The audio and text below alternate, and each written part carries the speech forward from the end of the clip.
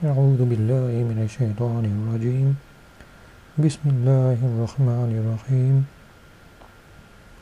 ناظرین اکرام، السلام علیکم ورحمۃ اللہ وبرکاتہ۔ ناظرین، آج سے ہم بخاری شریف کا درس شروع کر رہے ہیں۔ اس میں ہم صحیح بخاری کی احادیث کا اردو ترجمہ اور اس کی تشریح سنیں گے۔ یہ تشریح ہوگی، یہ صحیح بخاری کی لکھی ہوئی شرح تفہیم البخاری سے پیش کی جائے گی۔ اللہ تعالیٰ ہمیں سمجھنے کی توفیق عطا فرمائے۔ صحیح بخاری میں پہلا باب، وحی کا بیان۔ رسول اللہ صلی اللہ علیہ وسلم پر نزول وحی کس طرح شروع ہوئی یا اس کا ظہور کیسے ہوا۔ لغت میں وحی کا معنی خفیتاً خبردار کرنا ہے۔ کتابت، مکتوب، باعث، الہام، امر، ایماء، اشارہ اور وقفہ کے بعد آواز دینے پر بھی وحی کا اطلاق ہوتا ہے۔ شریعت میں وحی کا اطلاق موحیٰ پر بھی ہوتا ہے اور وہ اللہ تعالیٰ کا کلام ہے جو نبی کریم صلی اللہ علیہ وسلم پر نازل ہو۔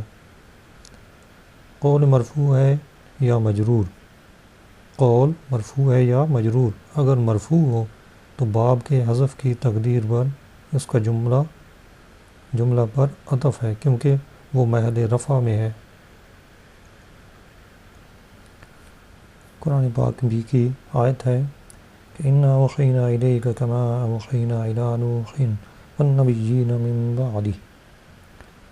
اس آیت کریمہ کا شان نزول یہ ہے کہ یہودیوں نے نبی کریم صلی اللہ علیہ وسلم سے کہا، اگر آپ نبی ہیں تو آپ آسمان سے ایک ہی بار کتاب لائیں جیسے موسیٰ علیہ السلام ایک ہی بار تورات لائے تھے۔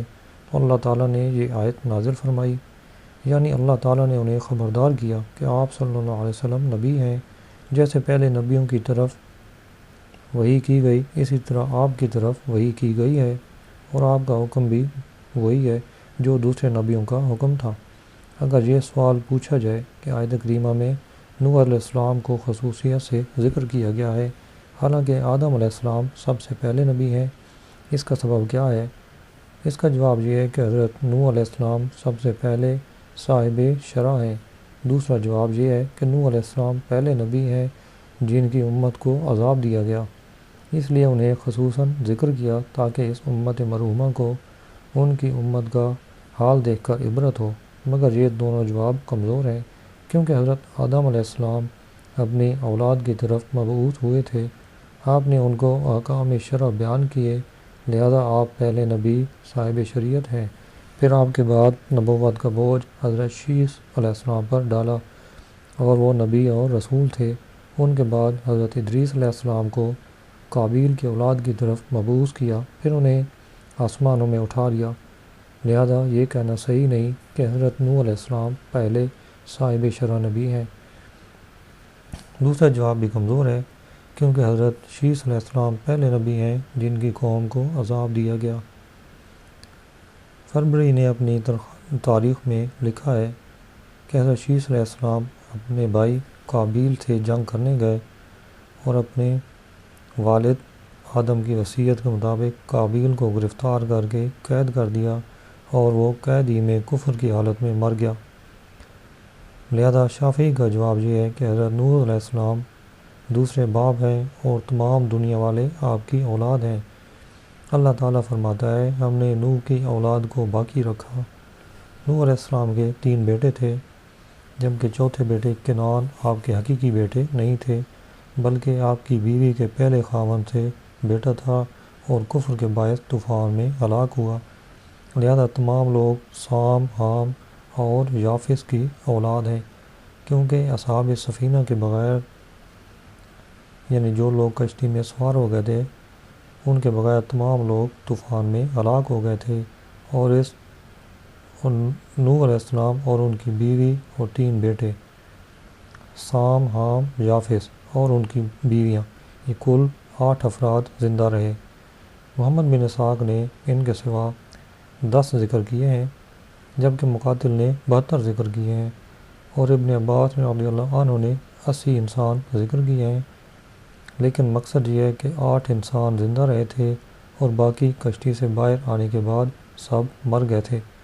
پھر حضرت نوح علیہ السلام کا انتقال ہوا اور آپ کے تینوں بیٹے باقی رہے۔ ان تینوں سے ساری مخلوق پیدا ہوئی، لہذا طوفان کے بعد تمام نبیوں اور رسولوں سے پہلے نبی ہیں، اور تمام انبیاء کرام آدم، شیث اور ادریس علیہ السلام کے سوا آپ کے بعد ہیں۔ اس لیے اللہ تعالیٰ نے نوح علیہ السلام کو خصوصاً ذکر فرمایا، اور دوسرے انبیاء کثیر تعداد میں تھے، اس لیے ان کا نوح پر عطف کیا۔ امام بخاری کی عادت ہے کہ انہوں نے جو حدیث ذکر کرنا ہوتی ہے اس کے مناسب قرآن کی آیت یا اس کی تفسیر یا حدیث یا بعض صحابہ یا تابعین کے اثر مقام کے مطابق ذکر کر دیتے ہیں۔ نیز ان کی عادت ہے کہ ابواب کے تراجم میں قرآن کی کثیر آیات ذکر کرتے ہیں، بسا اوقات تو انہی پر اختصار کرتے ہیں اور ان کے ساتھ کوئی دوسری شے ذکر نہیں کرتے۔ تو صحیح کی ابتدا میں اس آیت کریمہ کے ذکر کرنے میں اس طرف اشارہ ہے کہ نبیوں کی طرف وحی کرنا اللہ کی سنت ہے۔ لغت میں وحی کا معنی خفیتاً خبردار کرنا ہے۔ جوہری نے کہا کتاب، اشارہ، کتابت، رسالت، الہام، کلام خفی اور غیر سے گفتگو پر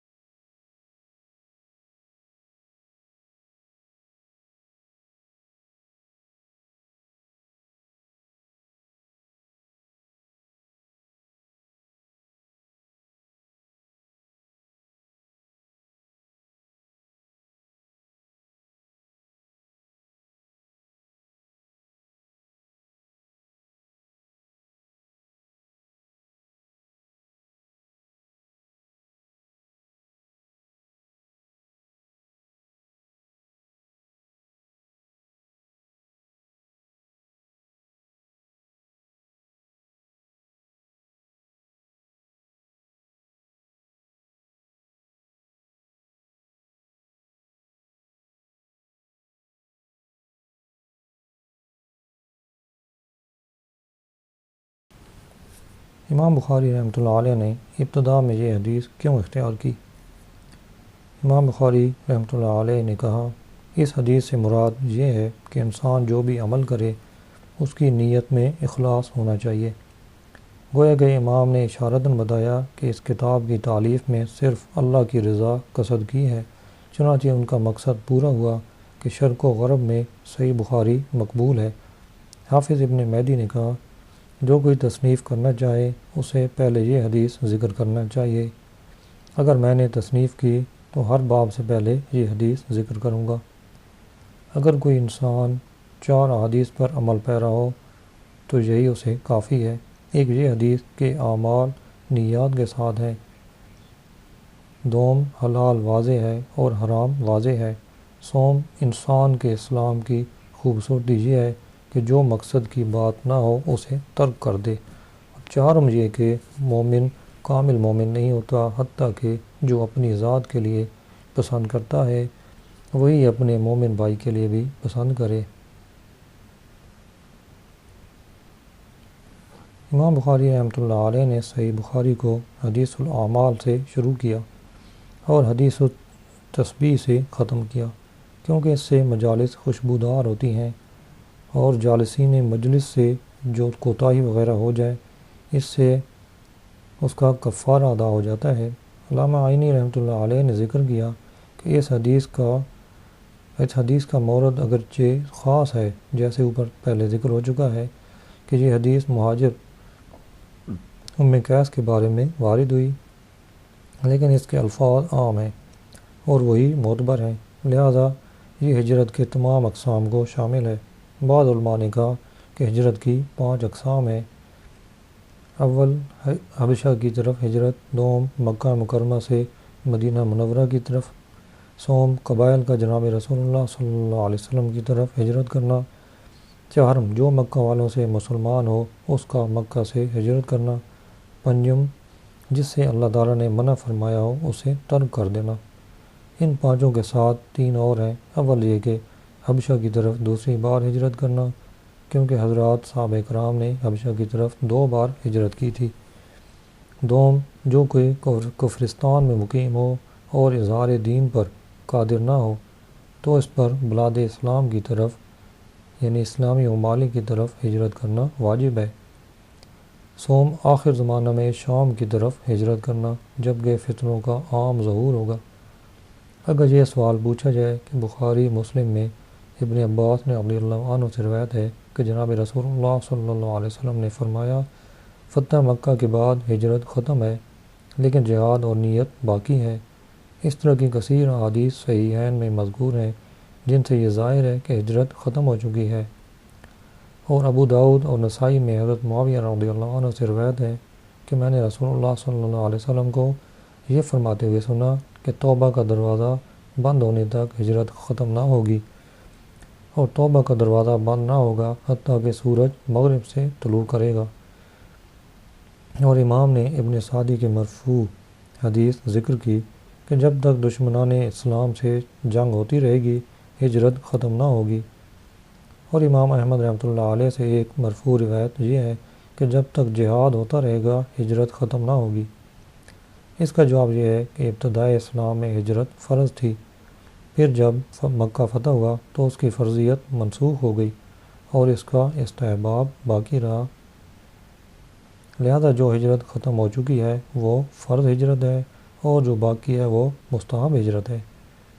ابن اسیر نے کہا، دراصل 2 ہجرتیں ہیں، ایک وہ ہے جس پر اللہ تعالیٰ نے جنت کا وعدہ کیا ہے، جبکہ کوئی شخص سید عالم صلی اللہ علیہ وسلم کے پاس حاضر ہوتا اور اپنا مال و متاع اور بیوی بچے چھوڑ آتا تھا اور ان کی کچھ پرواہ نہ کرتا تھا۔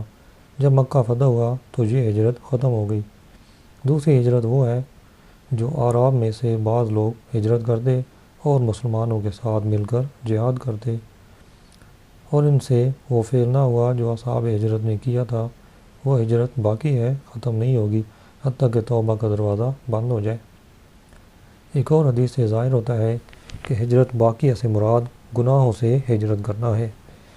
چنانچہ عمرو بن عاص رضی اللہ عنہ سے روایت ہے کہ سرور کائنات صلی اللہ علیہ وسلم نے فرمایا کہ ہجرت کی دو خصلتیں ہیں، ایک یہ کہ تم گناہ ترک کر دو، اور دوم یہ کہ اللہ اور اس کے رسول کی طرف ہجرت کرو، اور جب تک توبہ قبول ہوتی رہے گی ہجرت ختم نہ ہوگی، اور سورج کے مغرب سے طلوع ہونے تک توبہ قبول ہوتی رہے گی۔ جب سورج مغرب سے طلوع کرے گا تو اللہ تعالیٰ دلوں پر مہر لگا دے گا، اور جو کچھ اس سے پہلے دلوں میں تھا وہ مختوم ہوگا اور عمل کی ضرورت نہ ہوگی، یعنی مہر اگر نیک اعمال پر لگی ہے تو اس کے نیک اعمال شمار ہوتے رہیں گے، ورنہ بد اعمال شمار ہوتے رہیں گے۔ الحاصل ہجرت مفروضہ منقطع ہو چکی ہے اور غیر مفروضہ باقی ہے، لہذا احادیث میں تضاد نہیں ہے۔ اس حدیث سے ائمہ ثلاثہ نے استدلال کیا کہ وضو اور غسل وغیرہ میں نیت فرض ہے، کیونکہ حدیث میں تقدیر عبادت یہ ہے کہ صحت الاعمال بالنیات، کہ اعمال کی صحت نیات پر مبنی ہے، لہذا نیت کے بغیر عمل صحیح نہ ہوگا۔ چونکہ الاعمال میں الف اور لام استغراقی ہے، لہذا اس میں تمام اعمال شامل ہیں، اور روزہ، حج، زکوٰۃ، نماز اور وضو سب میں نیت فرض ہے۔ امام نووی رحمۃ اللہ علیہ نے تقدیر عبادت یہ ذکر کی ہے کہ انما الاعمال تحسب اذا كانت بنیۃ ولا تحسب اذا كانت بلا نیہ، لہذا طہارت اور دیگر عبادات